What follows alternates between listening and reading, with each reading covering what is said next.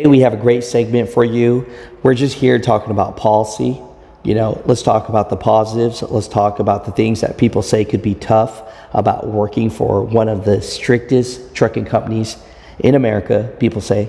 And we're talking about TMC today, right? So there's about 3,413 drivers as far as safer score. Some of the things I hear that are positive. After that 6 months or a year, they will pay for your school. So it looks like they teach you a lot of discipline. You learn respect, definitely, and you learn how to drive and learn a special niche in flatbed. Now, what's tough? The appearance policy, not easy. They say they run this place like the Marines. Let's get into today's video. Let's talk about this. If you work for TMC, please comment down below. 1000%. This is not a hate video. This is just a video because someone that worked for TMC says allegedly that they were singled out for having dreadlocks. And so we want to go over the policy and talk to someone that did work for TMC back in 2007 and get their experience of what their thoughts are, because they also had dreadlocks as well. So Mutha Truckers, let's get into today's video. We did that TMC video talking about a civil case that a truck driver had, feeling like he was being targeted for having dreadlocks and having to cut it or being let go. Did have hair just as long as me, if not longer. So I was wondering why I was being singled out. I believe that if he were a white man in the same exact position, I believe that he would have been treated differently. And that's the pity. And that's why he had to contact me. And so I had truck drivers for TMC that sent me the policy there. And I also have a truck driver that used to work for TMC back in 2007. This is a long time ago, but the reason why I wanted a driver that doesn't currently work for TMC, because we're just here for the information. I'm not here to get anybody fired. But let's read into this policy that was sent to me.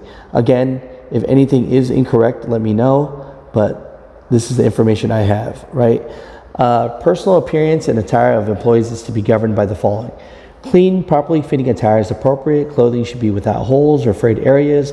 Any picture, slogan, trademarks, or other decorations on clothing must be appropriate to be a professional work environment. All drivers must wear appropriate footwear with no skid soles for safety, or leather-soled footwear must not be worn on duty. Steel-toed work shoes or boots are strongly recommended. Work shoes or boots are required for loading or unloading freight. Cowboy boots and tennis shoes are unacceptable while loading or unloading freight. A uniform shirt has been designed for AHI. Drivers are encouraged to order these shirts and wear them proudly. Cutoff shorts and tank tops are not acceptable to be worn at any customer location.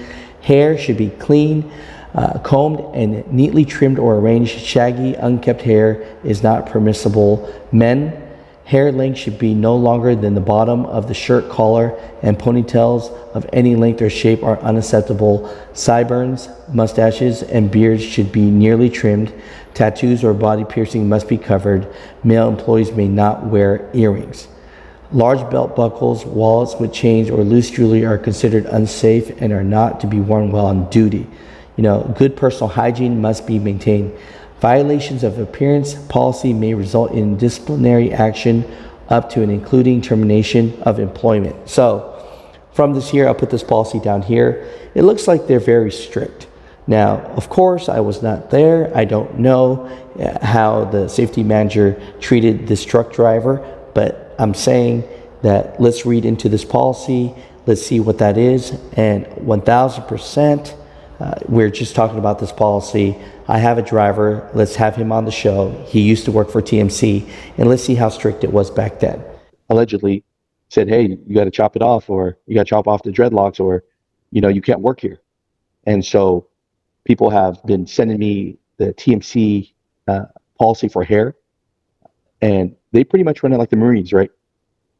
Yeah, that's one of the, when you go through the orientation, that's one of the things you hear, like, oh, TMC stands for Trucker Marine Corps. It actually stands for, I think, the Macau Corporation. But yeah, they're serious. If your hair is touching the collar of your shirt, it's either cut your hair or you're gonna get a ticket on the bus ride home, and I'm pretty sure that you got to pay for that ticket too. Same way as if you cut across the grass, they're very serious. They're very strict at TMC. Talk about that grass for a second, because I heard about that. So what grass is it? Because Well, from what I remember, you got the TMC terminal. It's a big building off on the right, and then you got like the education department, all the dispatchers is up there, and in between is a big parking lot. That's where they do like your backups or whatever practice before you go on the road. And then to the left of that is a Super 8 or a Days Inn, I think that's owned by TMC. And if at any time from the education building where you do your orientation, when you're going to the hotel, if you cut across the grass at any point in time, and it's almost like they sit and watch and just wait to try to catch somebody. And then also, I mean, it's a harsh reality. Truck drivers, they love to tell. So it's like if somebody sees you walk across the grass, they might go tell an authority figure or something on you. Yeah, so and so walk across the grass, and like all it takes is just like word of mouth. I'm sure it was 2007 when I went through the orientation out there. I don't know if they had cameras out there now, but I think it's probably safe to assume that there's cameras all over the place. So in doubt if they just watch them. It's almost like they're just watching, and everybody's it's like everybody's nerves are all frazzled. Everybody's all on edge just to make. I can't remember if it was 1 week or 2 weeks of orientation, but everybody is just, and I mean they're just weeding people out left and right. The orientation. I guess I maybe started orientation. Yeah, forgive my age and memory, but if I guess, I'd say there was probably 20 people in the orientation class, and I bet you there was maybe 12 to 15 when we finished the orientation. I think having a company that just has a policy of wanting their employees per se look pristine and professional, I can understand that. Strict. Very strict. I remember when I went through the orientation, I won't call anybody's name, but I remember the man's name. He was from New Orleans. Went through the whole Katrina thing. He was living in Texas, and he came to orientation with plaits, with cornrows, and they ended just like right here. They were nowhere. They weren't even about to touch his collar. And he went and cut his hair just because. I remember he asked and was like, "Hey, is my hair okay?" And I remember the man who was running the orientation was like, "It's not touching the collar of your shirt, is it?" And this certain young man, he still turned around and went to they got a barbershop right there. He went to the barbershop and cut his hair. Wow. Wow. Oh, in these times, it's like I just jumped in. I've been working for Independence from 2014 when I came back out here. I pretty much just worked for Independence, a handful of guys. And I just jumped on the owner-operator train like back in January. If you can make it now, if you can get in here and make it now, if you can do it and survive this, then you might be able to survive anything. Because, I mean, rates are in the gutter. We've been in this downturn, man, steady for we've been at the bottom, they say, for 2+ years now. So if you can start out now and save your money and make sure that you got that money for when things happen, that's the most important thing, is just save. Even when the money is good, save. Because what goes up must come down. It's like an ebb and flow thing, man. We don't know. Well, okay. So I watched your video, and it's a civil lawsuit, right? Yeah, it's a civil lawsuit. Yeah, and I was listening to the lawyer talk for a minute, and I don't know if he might just be an opportunist looking for, an opportunity to get his name out there on a case. But I listened to it, I watched it, and TMC Policy is their policy, and nowhere in the video did the man say anything about this is my religion. So, I mean, he said, "Well, he didn't." I think he said, "Don't quote." It's his culture. I think he said his hair was his culture because it was his culture. So every company has their policy, and at this time, the law of the land is the Constitution, and the First Amendment is, Congress make no law respecting, I think, establishment of religion or something, freedom of religion, freedom of press, So someone could put in the same thing happened with UPS. Somebody put in, "Hey, this is a violation of my freedom of religion." And until, that is proven in a court of law that, yes, this is a violation of my constitutional right of freedom of religion. I mean, I don't want to sound like all negative and stuff, but it's like shape up or ship out. What is their policy is their policy, and saying, okay, I'm going to go drive for TMC because they are extremely strict. You think they should do a better job of announcing to everybody their strict rules? I mean, or do you think if they did that, then nobody would even come? I don't know. I remember when when I went through school and the TMC, the recruiter lady came through the school. They might just be hard up for anybody, because I remember her coming to school and saying, "It's a flatbed. You won't even have to back up." which is, Real. Oh, complete so BS, So they commission. So yeah, they're salespeople. They're trying to get as many people there and to figure it out. so I hear you. yeah. I would say TMC in my book these days is probably one of the most strictest trucking companies out there in America. Oh, they are. They are from 2007. I remember that. It was like, to describe it best, going through that orientation out there in Des Moines, Iowa, it's like walking on eggshells. Ooh.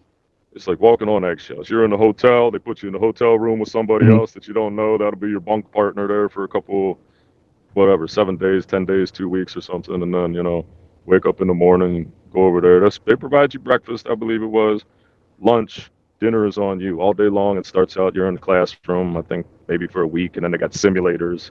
Go to the simulator like you're driving on the video game. You got your 13-speed manual train. Well, they got automatics now.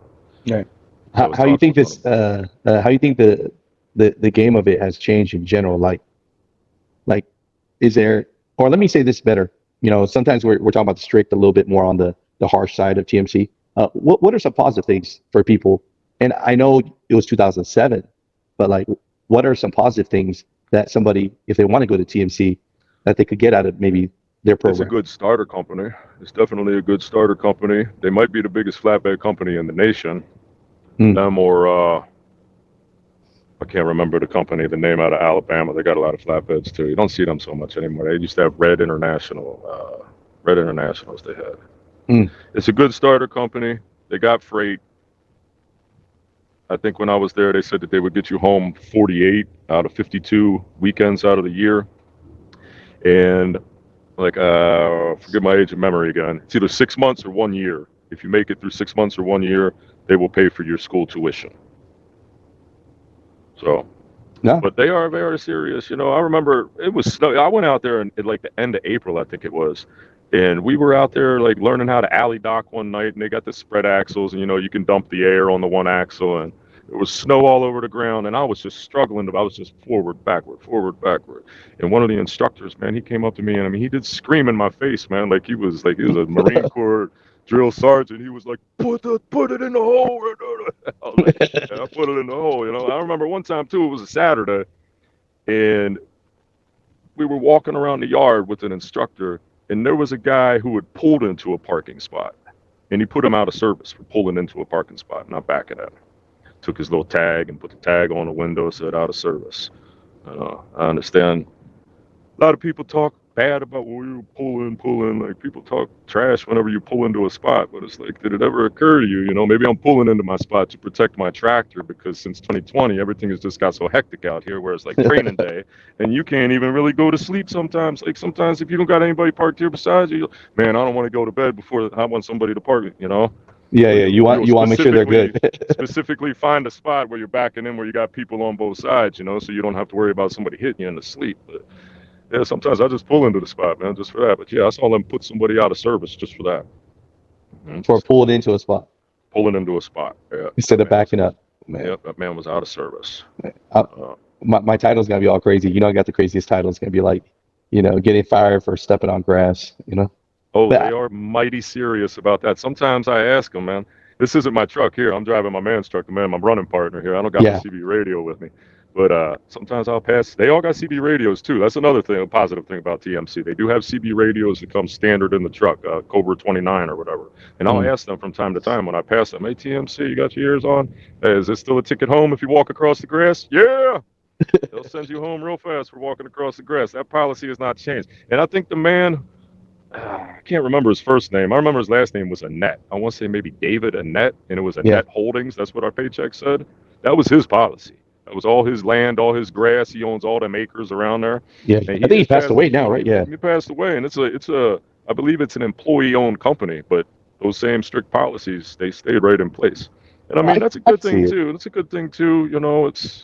We need direction. We need, I think it's just like a form of respect, right? Like if someone says, hey, I'm welcoming you into my home. Can you please not wear your shoes in my home? Exactly. And so it's not really as much as the grass as it is, hey, the legacy, I guess, of the person that started this loved his grass. And so we're appreciating him and keeping this going. Mr. Annette, may you rest in peace. He did love his grass. And I mean, they take good care of that grass out there too. I mean, they got a lawn care crew, landscapers to come in and take care of it. they take good care of the grass. If you could see the grass, you'd be like, wow, now I understand. No, but I wanted to have this, just this relaxed interview with you and kind of just talk about things. And for people that say, man, Alex, why do you? Because I'll be honest, I had some people that work for TMC and were like, Alex, I'll jump on the show. And honestly, I was just like, you're not jumping on the show. Conflict of interest. I'm maturing as a journalist or a digital pretend journalist, whatever the heck I am. My days of trying to put people in a hard spot, I'm not trying to really do that. You know what I mean? So I see four, 5 steps ahead now. And if I know this is going to get back to them regardless, and they're going to get, even if they say nice things, they're going to get let go. I'm like, I don't need that in my life. So, Exactly. no, this is a great conversation, brother. At the end of this, anything you want to just let people know in general, truck drivers know, anything on your chest, anything like that? Well, I was thinking about this morning. I was running around doing my pickups up here. I was in Connecticut. I was in like West Haven or something. It was really humid. I was running -10 degrees. And this is for all my fellow reefer drivers. Be extremely careful when you get to the tail of the trailer, because you know how you got them 4 or 5 the plates of the smooth metal at the tail of the trailer. You got the graded floor, and then you got them 4 or 5 plates. It was September 2019. I was in Pensacola, New Jersey. Same way, man. Summertime, running -10. I got to the tail of the trailer and whew, flew right off, man. Landed on my face, man. I couldn't even get my arms out. I kind of fell right in. Broke that one. I got a metal elbow in there. I broke this one too, but they just let it heal on its own. So that was 3 months off right there. To all my fellow reefer drivers, be careful at the tail of the trailer. Baby steps, baby steps, baby steps. I always say that to myself when I crawl down and make sure. So all my fellow reefer drivers, be safe, because the tail of the trailer in the summertime, when it gets wet just from the condensation, it's an extreme hazard that people may not even really be aware of and think of. Like I didn't. I was just whoop.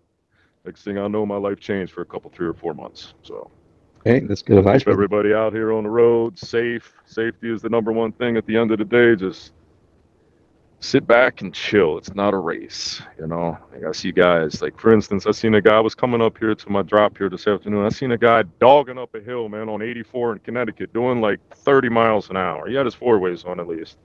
And I got stuck behind him. There was too much traffic. I just had to stay there. And then when we got to the hill and crested it, I passed him. Next thing you know, he's passing me down the hill doing 80 miles an hour, running up on a 4-wheeler like this far from them. It doesn't make any sense, because all it takes is a little love tap, man. You're going to spin that 4-wheeler out of control, man. And the goal is everybody goes home safe at the end of the day. Everybody reach home safe.